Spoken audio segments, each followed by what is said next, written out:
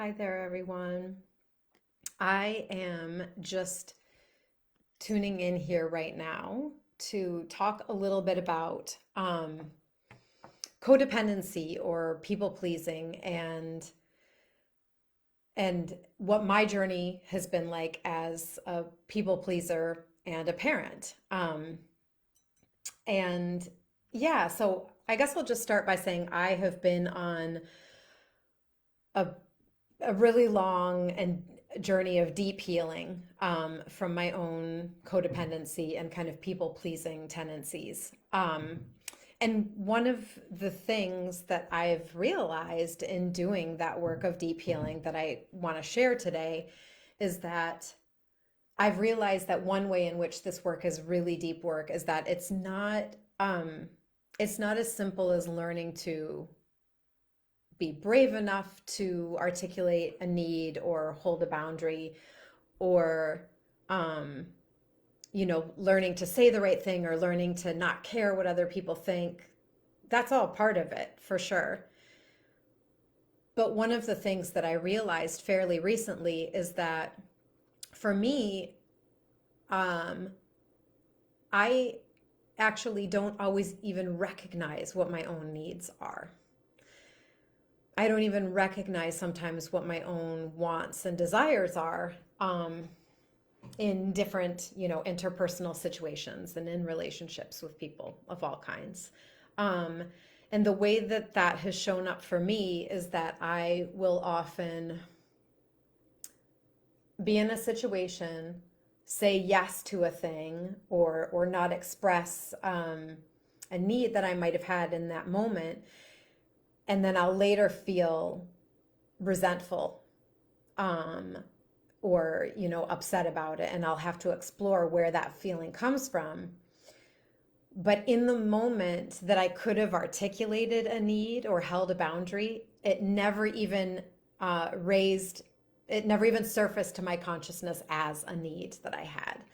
And I think that's because for those of us who have these people pleasing tendencies or are codependent, we are so good at subsuming our own needs that it almost becomes automatic for us just to put other people's needs first. And so I'll be in situations where the only thing I can focus on in that moment is making the other person happy. And so I cannot even in my own self articulate that I have an opposing need or I need to hold a boundary there. And so for me, a lot of the deep work has been how do I even how do I even learn what my needs are? How do I even learn to identify within myself what my needs are? And uh, there have been so many things that have helped me to do that, but one practice that I want to share is journaling. Um, Journaling has been a transformational practice in my life for so many things. But what it's done for me specifically in healing from codependency is that it gives me space um, between, being a situation where I might hold a boundary or express a need and then reacting to it. So my automatic reaction is going to be I want to make that person happy, but journaling lets me go back and identify when I felt uncomfortable and explore what the origin of that discomfort was. In other words, what was the need that wasn't being met or articulated? Um, and once I've done that, then I can do the work of, I've done the work of like I believe that I deserve to have my needs met. But have to get to that place where even I know what they are, right? So journaling has been a huge thing for me. Another thing that has really helped is just asking for more time. So this is especially helpful for holding boundaries. Like if I'm asked to do something, again, my first instinct many times is going to be to say yes, because all I can think in that moment is that I want to make that person happy. And so when I ask for more time, because I've learned that I need that time to really get in touch with myself, then that allows me to think about, is this a thing that I really have time to do, that I want to do, etc. Um, and with some people in my life, I even articulate it as explicitly as like, this is something I struggle with. Give me time. I'm not sure. Um, but if it's like, if it's someone that I don't want to get that deep with, I might just ask for more time. Just say, I need to think about that. I need to look at some things. Um,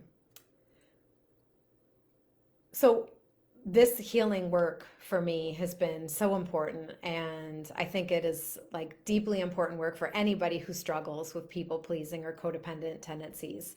And it's been really important work for me also as a parent. So I believe that I deserve to have my needs met, and so that's important healing for me.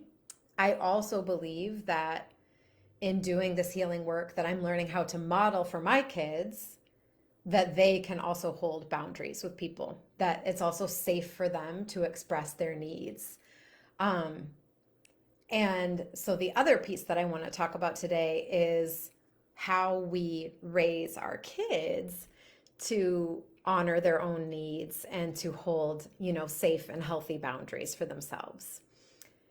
And you, like me, may have a child or children that are showing these kinds of tendencies. And that can be really hard. That's certainly hard for me to see, my kids struggling with something that I've struggled with for so long. Um, and there's a lot of reasons why our kids might, I'm, I'm sure part of it is learned behavior, and these are intergenerational struggles for many of us. I think also there's, uh, some of us are sort of socialized to put other people's needs first, and that tends also to be kind of a gendered thing. Your kids, you might also co-parent with a parent who, has narcissistic or kind of overbearing tendencies, and that might also produce a kid who, learns to put other people's needs first, or care about other people's feelings before their own. Whatever the reason, I, in addition to me modeling my own ability to honor my needs and hold healthy boundaries, I've kind of started some practices with my kids, and in particular with my one kiddo who struggles the most with this. Um, so one thing I wanted to share is that I will often ask him his opinion or his feelings on a kind of low stakes thing. So like, hey, um, in my business, I want to offer this thing. Do you think kids would like this or that? So I might ask something like that. And in doing that, I think I'm kind of, one, showing him that I respect him enough and respect his opinion enough to care what he has to say about this kind of grown up matter. But it's also like a low stakes thing where there's no right or wrong answer, and he's not going to hurt my feelings whatever he says, and he just learns that like I respect his thoughts and opinions. So I try to create lots of opportunities to do that with both my kiddos. I also work really hard to be non-judgmental about his feelings.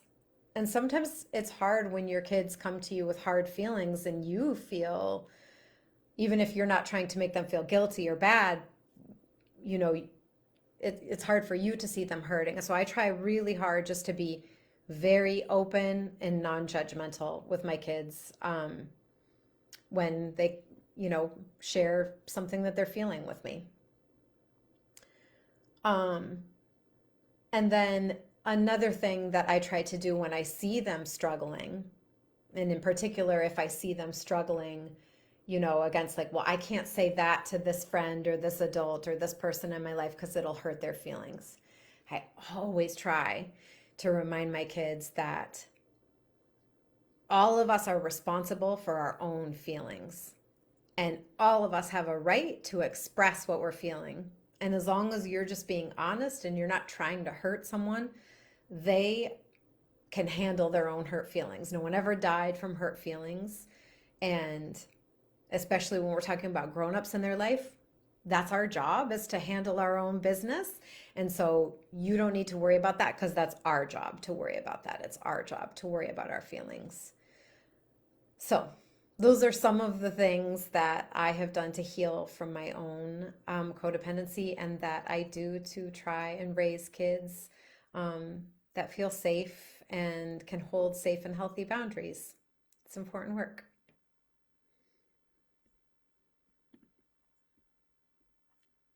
And I'm trying to not go live now. Okay.